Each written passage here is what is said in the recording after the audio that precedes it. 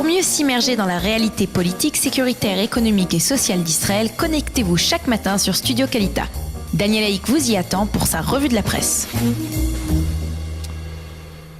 Il est 8h36 sur studiokalita.com. C'est l'heure donc de la revue de la presse et des médias israéliens. Une revue que nous allons débuter avec une information qui est tombée durant la nuit. Elle figure dans les sites d'actualité mais pas dans les journaux papier de ce matin. Le vice-président américain Mike Pence effectuera une visite officielle en Israël en décembre prochain durant la fête de Hanouka. Au cours de cette visite, il rencontrera séparément, il faut le souligner, à Jérusalem et à Ramallah, Binyamin Netanyahou et Mahmoud Abbas. Il devrait tenter avec eux d'envisager les options d'une relance du processus de paix, ce qui semble vouloir dire que jusque-là, il est peu probable que les États-Unis présentent officiellement leur initiative de paix dont on parle beaucoup depuis ces dernières semaines. Lors de sa rencontre avec Binyamin Netanyahou, il sera également question des menaces à plus ou moins long terme représentées par l'Iran. À l'issue de son séjour en Israël et de son passage à Ramallah, Mike Pence se rendra également au Caire pour une rencontre avec le président Assisi. Il devrait débattre avec lui des persécutions contre les minorités chrétiennes au Proche et Moyen-Orient.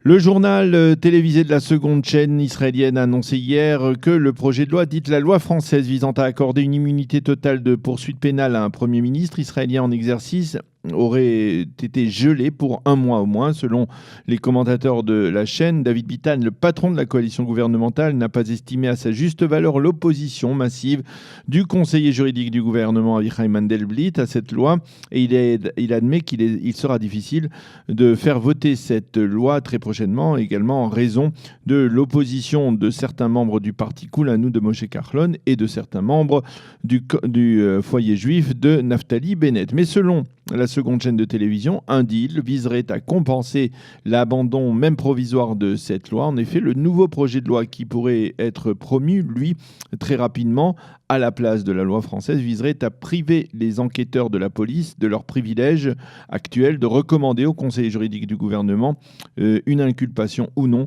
de telle ou telle personnalité. La recommandation des enquêteurs est généralement très importante, très influente. Elle oriente très sérieusement le conseiller juridique du gouvernement, qui est celui qui a le dernier mot concernant la mise en examen de telle ou telle personnalité. En échange donc d'un renoncement à la loi française, Bitan pourrait donc promouvoir cette loi qui aurait plus de chances d'être tolérée, on va le dire, par Avichai Mandelblit. Le Yediot Aharonot revient en première page sur cette révélation qu'il intitule la loi Bibi numéro 2, en partant de la supposition, il faut le souligner, erronée, que la loi française était la loi Bibi numéro 1, alors que concrètement, David Bitan avait souligné au cours des derniers jours qu'elle ne serait pas appliquée rétroactivement aux enquêtes du Premier ministre israélien.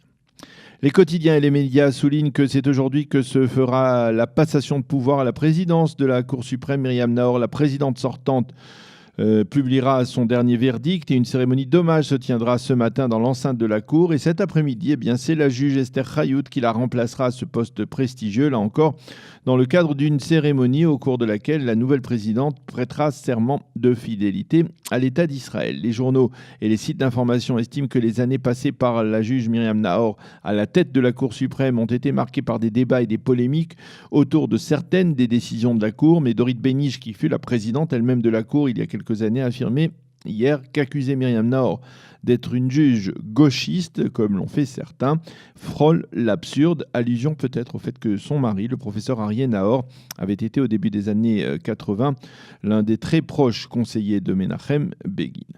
Dans son commentaire dans le Yediot Aharonot de ce matin, Tovat Simouki affirme que l'arrivée d'Esther Chayout à la présidence de la Cour suprême est comparable à son entrée dans la lave d'un cratère, d'où la difficulté qu'elle aura à remplir sa tâche, une tâche difficile donc pour Esther Chayout à la tête d'une Cour suprême qui est au cœur du débat en Israël. La classe politique israélienne a été secouée hier par un graffiti découvert sur les murs d'une école de la ville orthodoxe de Bnei Brak, près de Tel Aviv. Sur ce graffiti, on pouvait lire « Rivlin, renégat, nazi ».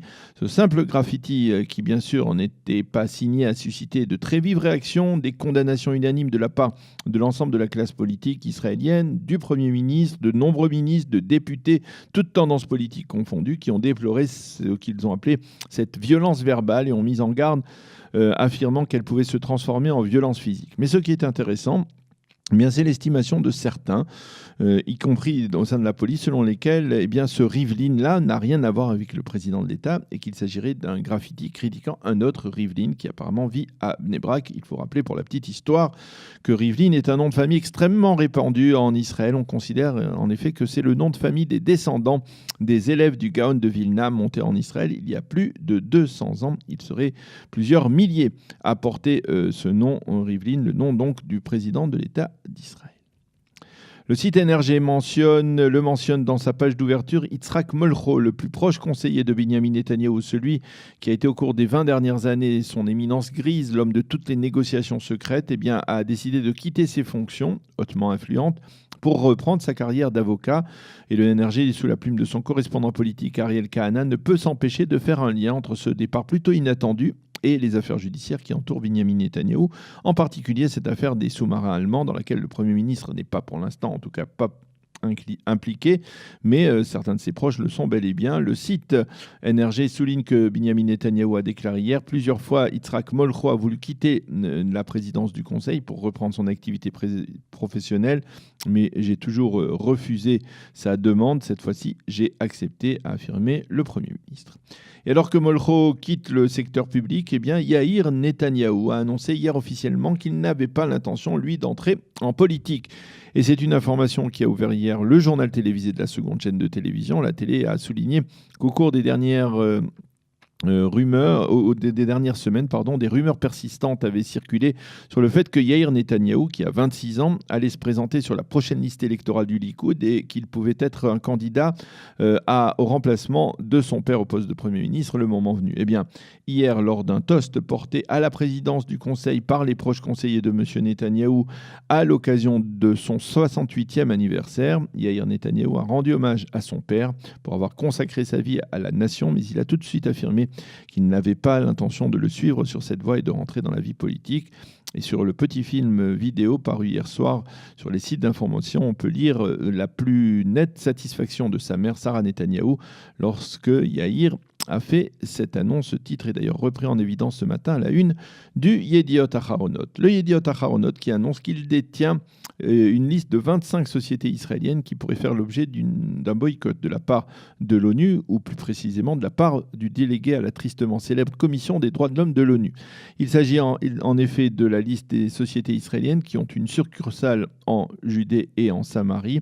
Ces sociétés se préparent à déposer un recours juridique contre cette démarche de boycott, mais au sein des autorités israéliennes, on craint que cela ne fasse fuir des investisseurs qui jusque-là ne voyaient absolument pas de problème à investir dans les implantations juives de Judée et de Samarie. Parmi les compagnies qui figurent dans cette liste boycottée, la compagnie des chaînes câblées de Hot, le Supersol, la chaîne des restaurants Café Café et les supermarchés Rami Levi, qui, il faut le souligner, sont pourtant le théâtre d'une cohabitation exemplaire entre juifs et arabes, dans les supermarchés de Rami Levi qui sont situés en Judée et en Samarie. Mais l'ONU continue donc à battre des records d'absurdité.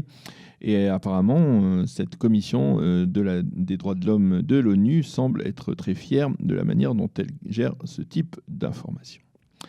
Le docteur Mohamed Halami d'Égypte a été en 2013 le premier musulman à être reconnu par le Yad Vashem comme juste des nations pour avoir sauvé des Juifs durant la Shoah. Il est lui-même décédé en 1982 sans enfant, mais à l'époque, le musée de la Shoah n'était pas parvenu à entrer en contact avec sa famille et il s'était avéré ensuite que sa famille, en particulier ses neveux, ne voulait pas recevoir ce prix parce qu'il a été remis donc par une institution israélienne. Mais apparemment, après qu'une cinéaste israélienne ait décidé de faire un documentaire sur Mohamed Halami, la famille a accepté de recevoir cette distinction et ce sera donc chose faite la semaine prochaine lors d'une cérémonie qui se déroulera à Berlin. Et en marge, sachez que nous vous proposerons d'ailleurs demain un hommage à l'une des doyennes des justes des nations françaises, Jeanne Brousse, qui était une très grande résistante, qui s'est éteinte cette semaine à l'âge de 96 ans à Annecy et qui sera inhumée demain donc dans cette ville.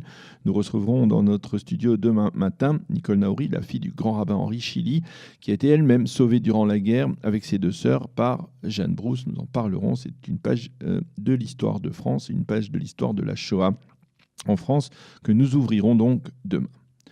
Nous approchons, on le sait, du centenaire de la déclaration Balfour qui sera marqué la semaine prochaine, le 2 novembre, par plusieurs cérémonies, en particulier à Londres, mais également en Israël. Et le Haaretz souligne ce matin en manchette de son site d'information que les Palestiniens seraient déterminés à protester contre cette déclaration.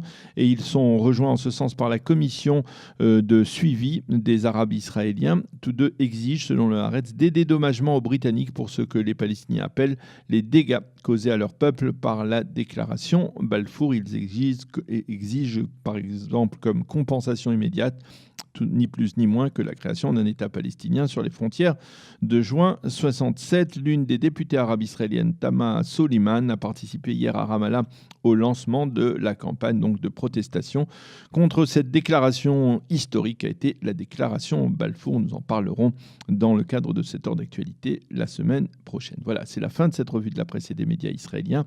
Je vous retrouve dans quelques instants pour dialoguer avec Dov Maimon à l'occasion de la seconde journée nationale de la Aliyah dont nous avons parlé déjà cette semaine. Nous serons donc en ligne avec Dov Maimon dans quelques minutes. Pour mieux s'immerger dans la réalité politique, sécuritaire, économique et sociale d'Israël, connectez-vous chaque matin sur Studio Kalita. Daniel Haïk vous y attend pour sa revue de la presse.